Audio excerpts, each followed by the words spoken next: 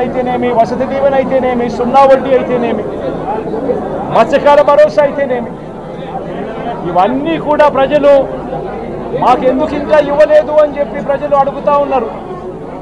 వారి గురించి పట్టించుకోకుండా, వారికి చేయాల్సిన మంచి గురించి పట్టించుకోకుండా,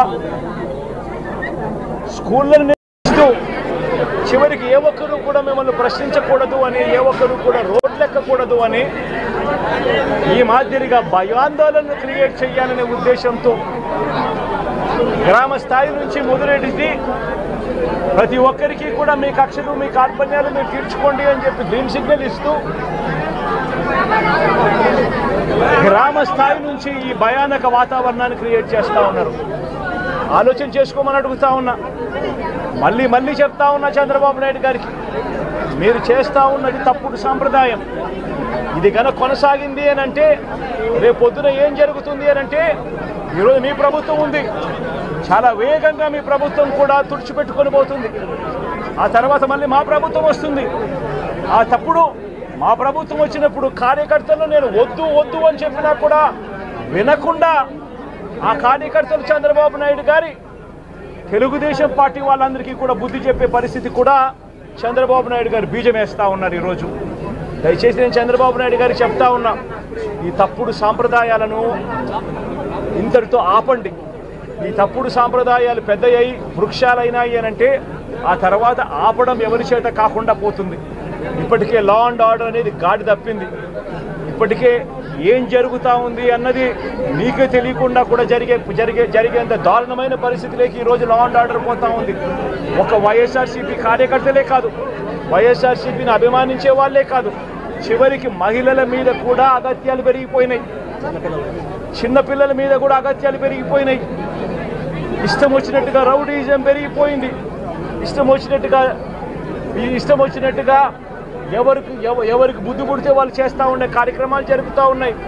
లా అండ్ ఆర్డర్ పూర్తిగా గాడి తప్పిన పరిస్థితులు కనిపిస్తూ ఉన్నాయి. ఇప్పటికైనా చెప్తా ఉన్నాను, హెచ్చరిస్తూ ఉన్నాం, మరొక్కసారి కూడా చెప్తా ఉన్నాం. శుక్రవారం ఈ మధ్య కాలంలోనే జరిగిన ఇంకొక ఘటనలో ఏకంగా చంపేసిన ఘటన చూసాం నంద్యాలలో. శుక్రవారం నేను అక్కడికి కూడా పోతా ఉన్నాను. ఆ ఘటనను కూడా ఒకసారి రాష్ట్రం దృష్టికి, దేశం దృష్టికి కూడా తీసుకొని పోయే ప్రయత్నంలో భాగంగా అక్కడికి కూడా వెళ్ళి జరిగిన అగాత్యం, జరిగిన అన్యాయం అక్కడ కూడా హైలైట్ చేసే కార్యక్రమం కూడా చేస్తాం. ఖచ్చితంగా హైకోర్టు తలుపులు తడతాం, అవసరమైతే సుప్రీంకోర్టు తలుపులు కూడా తడతాం. ఇప్పటికే ప్రధాన రాజకీయ పక్షాలన్నింటికీ కూడా రాష్ట్రంలో జరుగుతూ ఉన్న అన్యాయాల గురించి వివరించడం జరిగింది. ఇక హైకోర్టు, సుప్రీంకోర్టు గడపలు కూడా గట్టిగా వాళ్ళ తలుపులు కూడా కొట్టే కార్యక్రమాలు గట్టిగా చేస్తాం. రాష్ట్రంలో జరుగుతూ ఉన్న ఈ అన్యాయాలు, ఈ ఆక్రందనల మీద ఎందుకు ప్రెసిడెంట్ రూల్ విధించకూడదు అని చెప్పి కూడా గట్టిగా వాళ్ళని అడిగే కార్యక్రమం కూడా చేస్తాం. గవర్నర్ గారిని కూడా ఈ విషయంలో కలగజేసుకోవాల్సిన అవసరం ఉంది అని చెప్పి కూడా గవర్నర్ గారిని కూడా ఈ సందర్భంగా విన్నపిస్తూ ఉన్నాం. ఇవన్నీ కనీసం మీరన్నా సుప్రీంకోర్టు జడ్జిగా పనిచేశారు, కనీసం మీ సమక్షంలో మీరు ఉండగానే ఇవన్నీ ఈ రాష్ట్రంలో జరుగుతూ ఉన్నాయి. దయచేసి మీరు కూడా కాస్తో కూస్తో చూసేసున్నట్టుగా పోకుండా మీరు గట్టిగా ఇన్వాల్వ్ కమ్మని చెప్పి గవర్నర్ గారిని కూడా ఈ సందర్భంగా విజ్ఞప్తి చేస్తూ ఉన్నారు.